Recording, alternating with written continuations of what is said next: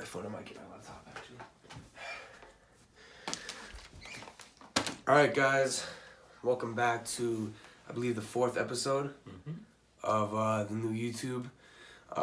Excuse my voice. Obviously, me and Matt know. I'm not going to say anything yet.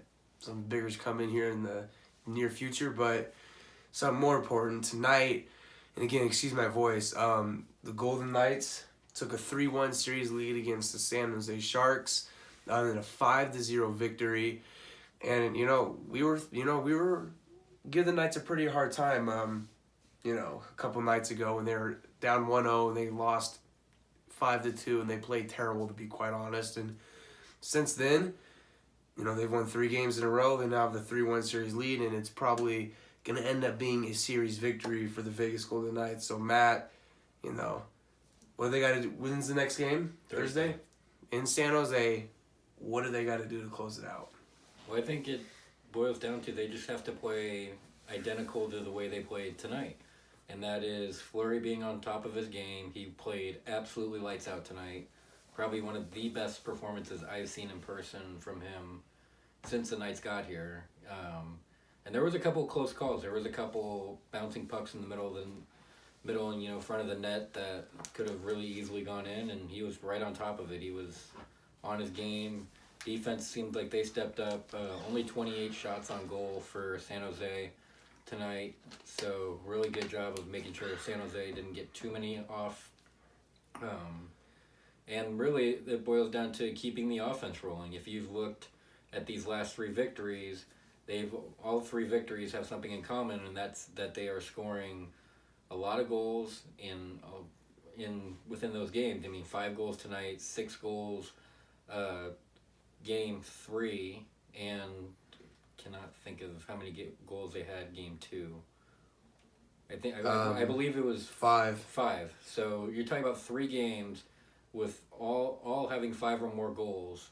You're seeing Fleury playing a lot better as well. Yeah, that's as the goalie. I can say that's the thing is Fleury's playing better. The offense has really kicked it up, and I think if they can get in there, and right now it's evident the Knights are in the Sharks' head.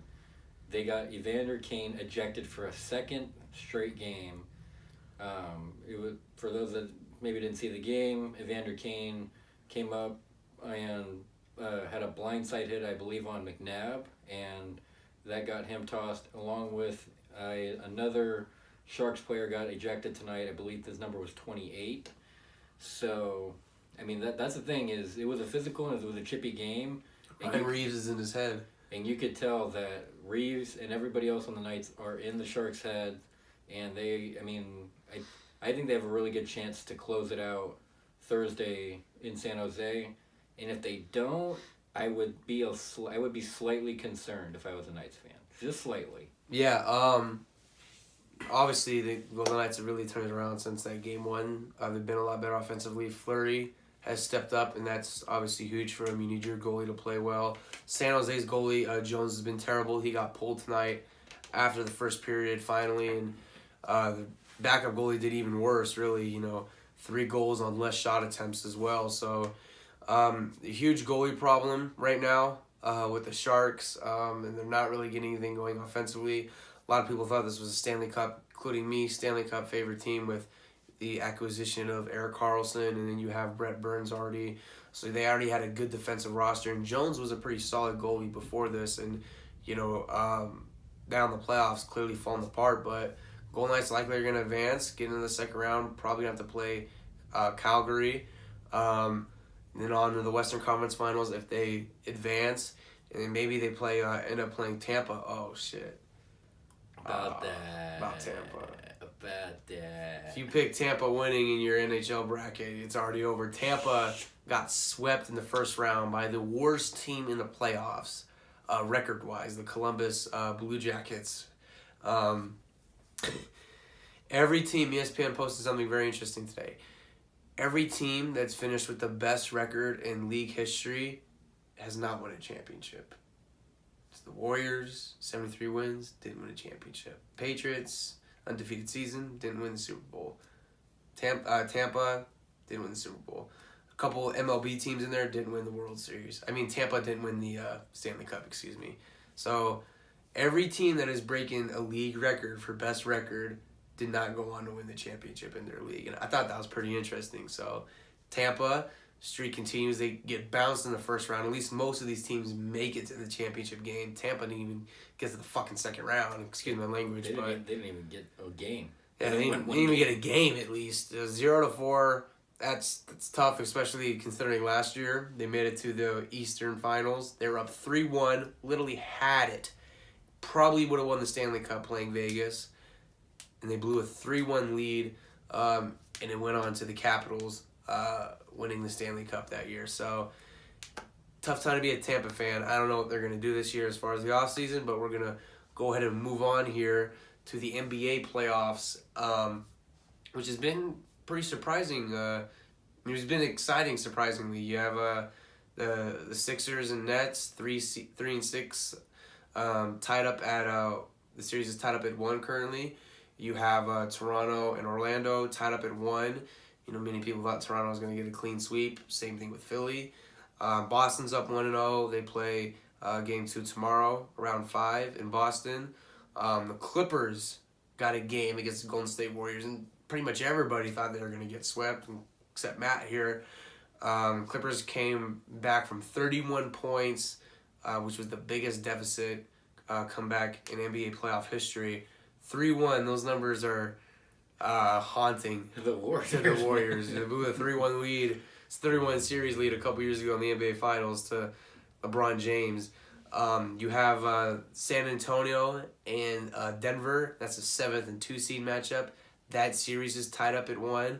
I believe there's a couple others I'm missing here. We get to Toronto and Orlando. Yeah, I already got to them. I have Milwaukee up 1-0 right now.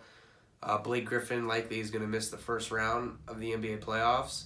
The NBA playoffs has been surprising. You know, excitingly surprising. So Matt, you know, as a Clippers fan here, probably not going to win the series. But do you think you guys can at least get another game on the Warriors? And, you know, after you answer that question, who do you see as your NBA Finals matchup? And who do you see are going to come out as the champions?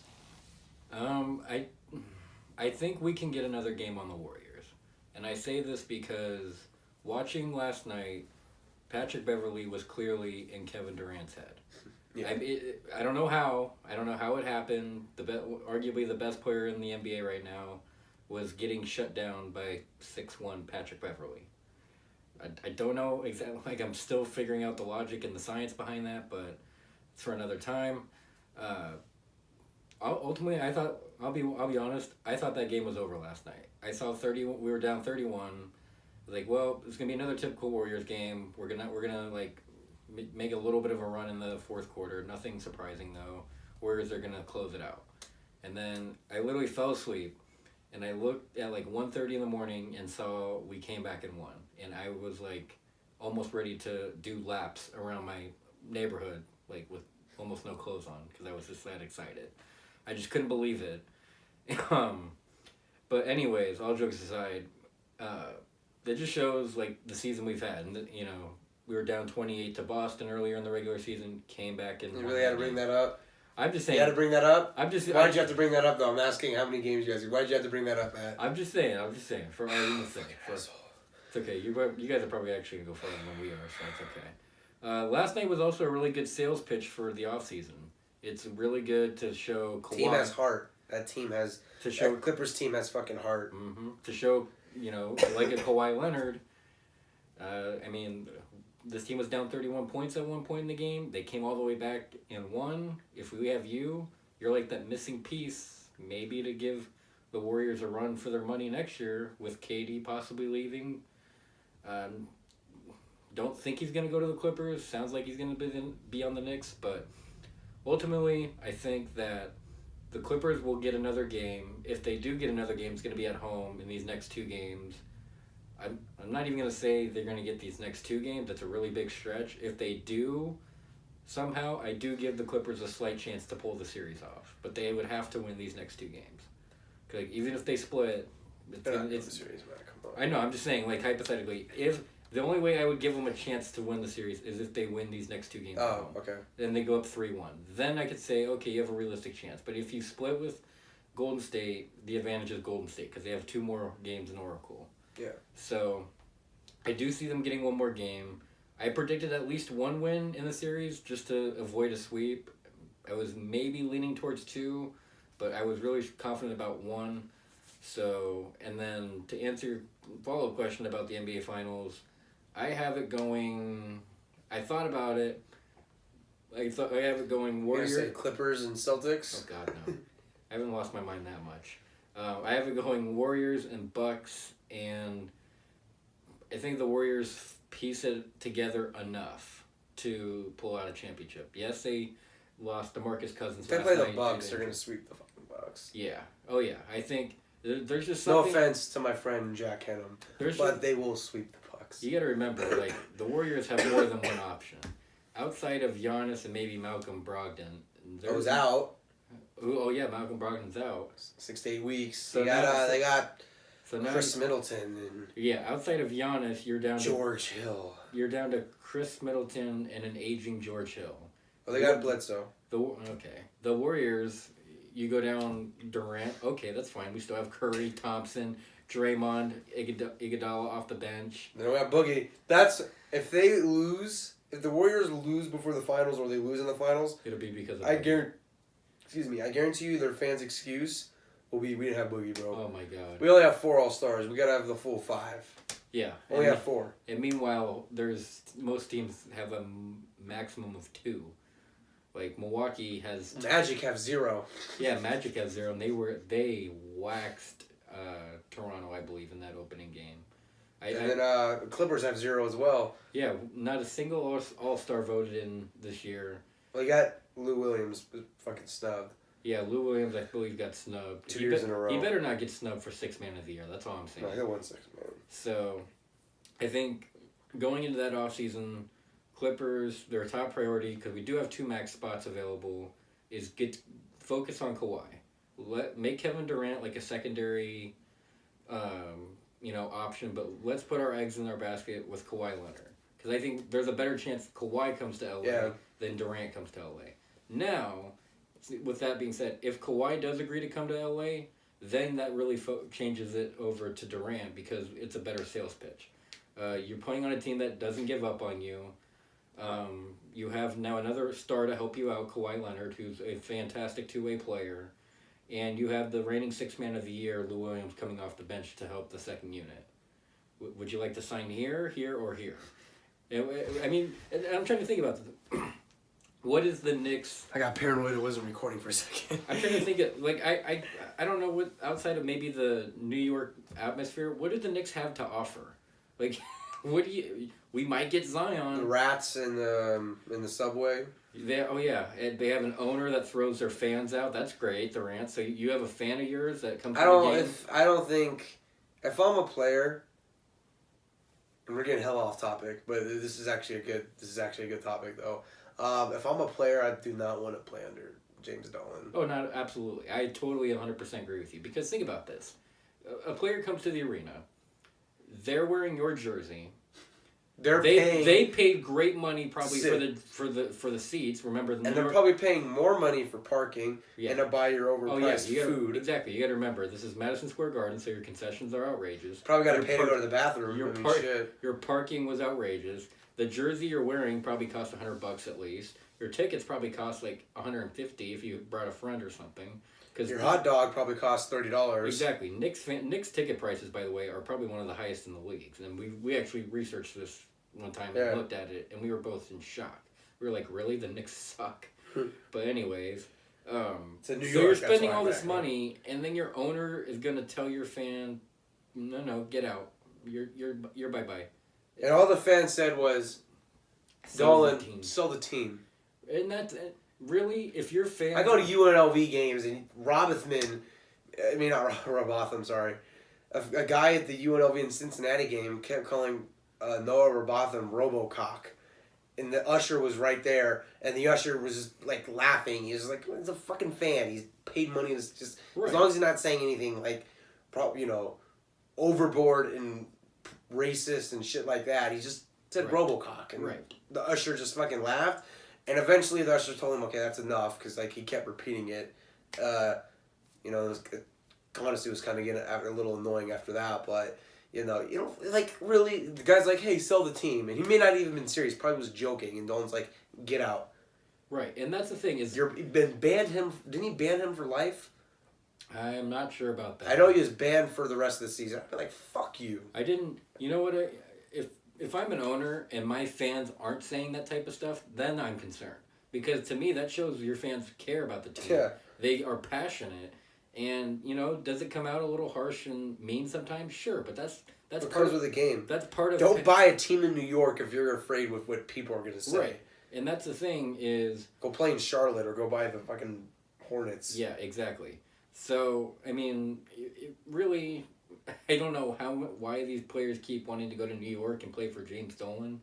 To me, it's just rumors. Nobody ever goes there and signs. I mean, to me, he's like he's kind of like a still existing version of Donald Sterling, if that's a good comparison there.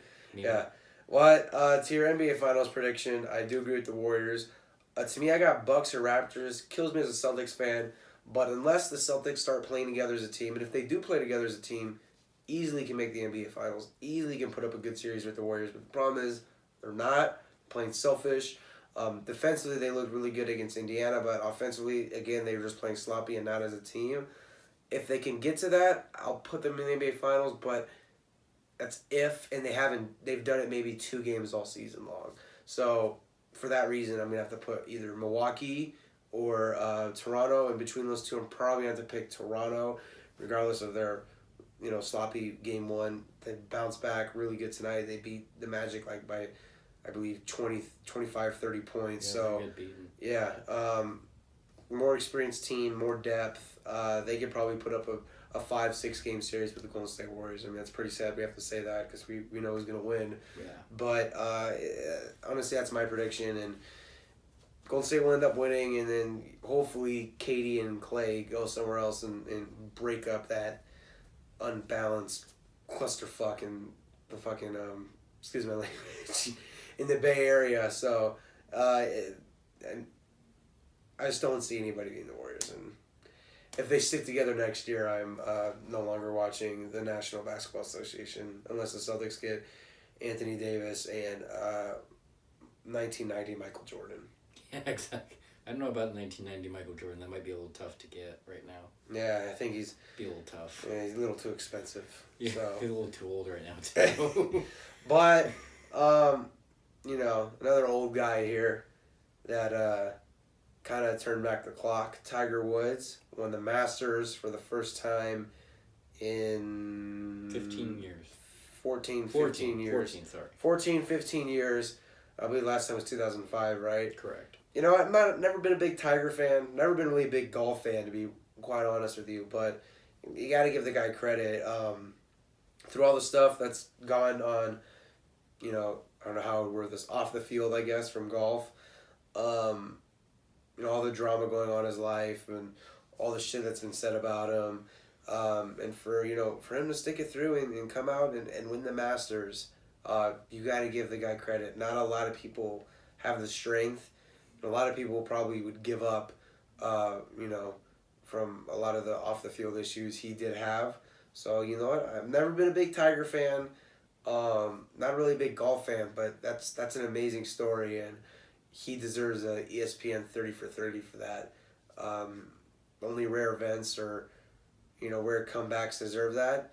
But he definitely deserves a 30-30 for that because, it takes a lot of strength and whatnot. It's golf, but, it takes a lot of strength mentally to come back from that and be able to win a Masters and put on that green jacket. Yeah. The crazy thing about Tiger is I would go out as far as saying he's the most polarizing athlete we've seen this side of Michael Jordan. I mean, those two are really the only ones that changed the landscape of their sport for the better. This is all in ratings too. When Tiger's in contention on Sunday, whether it be at the Masters or any other golf tournament, the ratings instantly shoot up. I mean, they had to even move the tee times up for the Masters due to weather, and I'm sure it seemed like most of America was still tuning in to see if Tiger could pull it off. I mean, didn't matter what time it was. Obviously, West Coast people have to wake up. I think they had to wake up at like 6 o'clock or something, some ridiculous time like that to watch it. So that's the thing is, and it seemed like everybody was pulling for Tiger. It wasn't like the split. Oh, I'm pulling for this golfer. No, I'm pulling for that. Everybody kind of seemed to be pulling for Tiger and wanted to see him back on top. And I mean, just to his credit, I mean, it was really a great tournament that he had. I was able to watch a lot of it, and it was. I mean, this looked like old Tiger. It looked like more relaxed Tiger. It didn't look like Tiger that had, like 4 back surgeries, torn meniscus, tore ACL, tore this, tore that.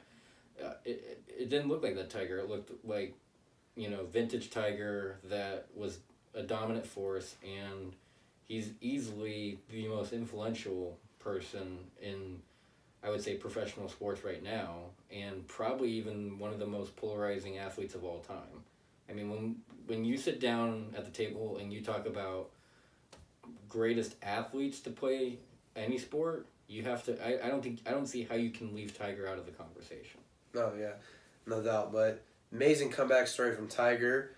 Knights are rolling up 3-1, and the NBA playoffs are more exciting than expected. Again, we appreciate you guys listening. Big things are soon to come. Hopefully the next week we'll be able to, let you guys in a little more on it. And Matt, any closing words? Just tune in Thursday for the Knights game, Game 5. Hopefully we can close it out in San Jose. And stay tuned for more content. Like Joe said, bigger and better things coming very soon. Oh yeah, Shark fans, suck it. Can't hear ya.